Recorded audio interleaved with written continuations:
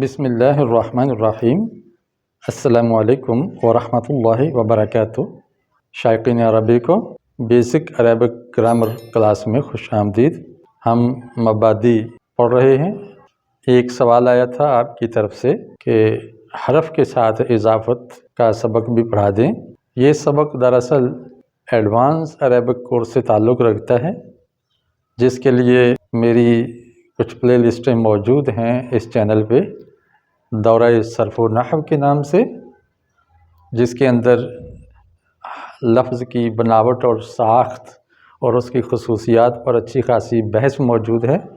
60 lectures ہیں جو 16 گھنٹے پر محیط ہیں، آپ ان کو سن سکتے ہیں۔ اور دوسری پلے لسٹ ہے دورہ نحو و صرف، جس میں زیادہ تر نحو پر بحث ہے کہ ایک لفظ کا دوسرے لفظ کے ساتھ کیا رشتہ ہے اور اس کا کیا مقام ہے جملے کے اندر، اور اس کا اعراب کیا آتا ہے۔ اس میں بڑی باریک بینی کے ساتھ اس کا مطالعہ کیا گیا ہے۔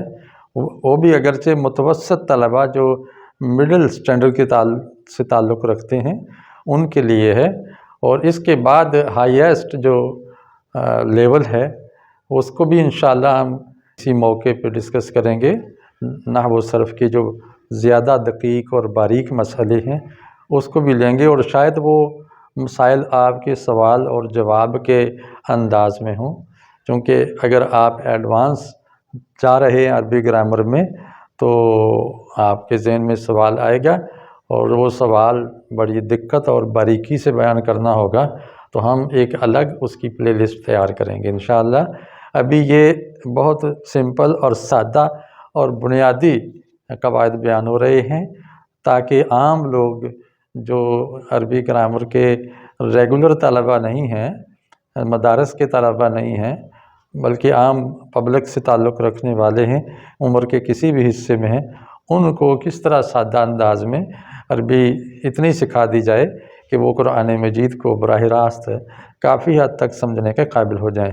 تو اصل مقصد یہی ہے، اسی لیے اس کورس میں ہم قرآن سے زیادہ اور حدیث سے زیادہ مثالیں لا کر قواعد سکھا رہے ہیں، تاکہ بہت سارا قرآن کا حصہ اس گرامر کا سبق پڑھاتے ہوئے کور ہو جائے۔ اس کے بعد پھر اگر وہ قرآن مجید کا ترجمہ پڑھنے لگیں یا اس کو سادہ پڑھنے لگیں یا ہم پڑھانے لگیں تو ان کو آسانی سے سمجھ آتی جائے۔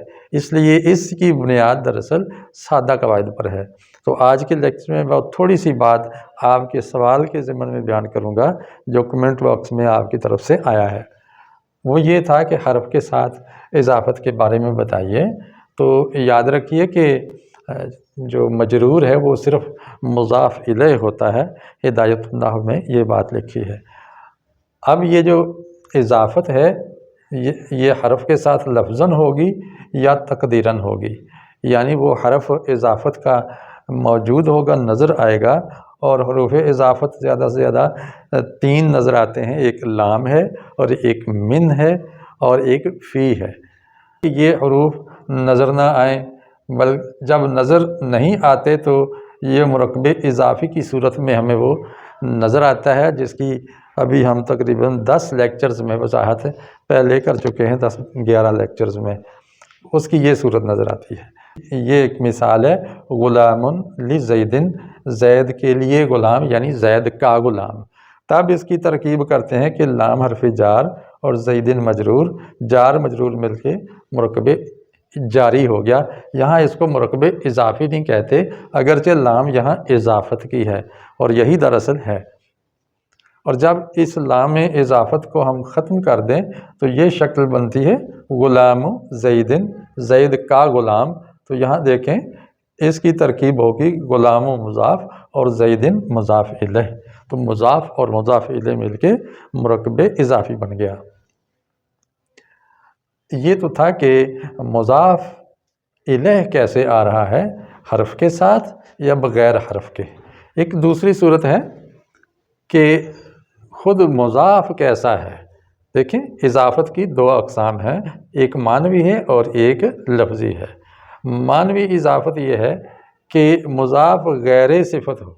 اب یہاں دیکھیں غلام زیدن، زید کا غلام، خاتم فضۃ چاندی کی انگوٹھی، صلاۃ اللیل رات کی نماز۔ اس میں دیکھیں غلام، خاتم اور صلاۃ یہ صفات نہیں ہیں، صفت نہیں ہے، اچھائی برائی یا خوبی خامی نہیں ہے، بلکہ یہ نام ہے، اس میں جامد ہے۔ تو جب اس میں جامد مضاف ہو یا صفت نہ ہو، کم از کم صفت نہ ہو، تو اس کے اندر 3 صورتیں بن جاتی ہیں اضافت کی۔ یہ ہے غلام زیدن، زید کا غلام، اس کا مطلب ہے کہ غلام لی زیدن۔ نکرہ کو معرفہ کی طرف مضاف کریں تو اس کا مقصد نکرہ کو معرفہ بنانا ہوتا ہے، یہ اس کا فائدہ ہے۔ یہاں دیکھیں خاتم و فضۃ، چاندی کی انگوٹھی، اس کا مطلب ہے کہ چاندی سے بنی ہوئی انگوٹھی، چاندی سے بنی ہوئی انگوٹھی۔ تو یہاں من مقدر ہے، اصل میں تھا خاتم من فضۃ، چاندی سے بنی ہوئی انگوٹھی، تو یہاں من مقدر ہے۔ اب دیکھو اس نکرہ کو اس میں نکرہ کی طرف مضاف کیا جا رہا ہے، تو جب کسی نکرہ کو نکرہ کی طرف مضاف کیا جائے تو اس کو جنس میں سے خاص کرنے کے لیے لایا جاتا ہے، یعنی یہ انگوٹھی کسی اور دھات کی نہیں بلکہ چاندی کی بنی ہوئی ہے، سونے یا لوہے یا پیتل یا تانبے کی نہیں ہے، تو یہ صرف خاص کرنے کے لیے آتا ہے۔ یہاں دیکھیں صلاۃ اللیل، یہ اصل میں تھا صلاۃ فی اللیل، یعنی رات کے پہر میں، رات کے وقت میں نماز، یہاں فی مقدر ہے صلاۃ اللیل کے اندر، تو یہ صلاۃ بھی خاص ہو گئی۔ یہ ہے معنوی لحاظ سے، یعنی من اس کے اندر لام، من اور فی کا معنی اس کے اندر موجود ہے۔ یہ اس وقت ہوتا ہے کہ جب مضاف غیر صفت ہو، اور اگر مضاف صفت ہو تو پھر کیا ہوتا ہے؟ جیسے ضارب، حسن، کریم، یہ صفات ہیں۔ مارنے والا، یہ بھی ایک کام سے متعلق، اس کے اندر یہ کام کرنے کی صفت موجود ہے۔ حسن میں نے خوبصورت، کریم میں نے عزت والا، تو عزت، حسن اور ضرب کی صلاحیت، یہ سارے کیا ہیں؟ صفات ہیں۔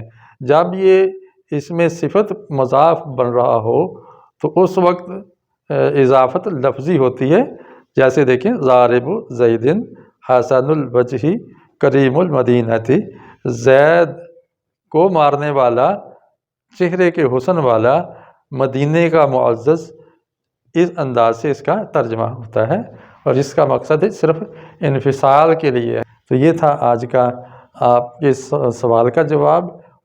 اس کی مزید آگے تفصیل ہے، بہت سی مثالیں دی جا سکتی ہیں، لیکن میں اسی پر اکتفا کرتا ہوں چونکہ یہ بحث ذرا مشکل ہے، جو کہ ابتدائی طلباء کے لیے ہم مشکل پیدا کر دیں گے، اس لیے ہم اسی پر اکتفا کرتے ہیں۔ آگے انشاءاللہ آئے گی بات کہ اگر جملہ اسمیہ پر کوئی حرف شروع میں بڑھ جاتا ہے، جیسے انا، ما، لا، اس طرح کے حروف آ جائیں تو پھر کیا تبدیلی آتی ہے، اور دوسرا ہم بتائیں گے کہ اسم پر نصب کیسے آتا ہے، یعنی زبر کیسے آتی ہے۔ ابھی تک تو ہم نے پیش اور زیر، یعنی کسرہ اور ضمہ، یعنی جر اور رفع، اس کو کثرت سے دیکھا ہے۔ اب ہم ایک تیسرا اعراب بھی شامل کریں گے اور اس کی کثرت سے مشق ہوگی، اور وہ ہے نصب، یعنی نصب کس طرح آتا ہے؟ زبر کے ساتھ، یا نون کے ساتھ، واو نون کے ساتھ، واحد، تثنیہ، جمع مکسر، جمع سالم، ان سب کا اعراب کیسے آئے گا انشاءاللہ اگلے لیکچرز میں آپ ملاحظہ فرمائیں گے۔ اجازت چاہتا ہوں، السلام علیکم ورحمۃ اللہ وبرکاتہ۔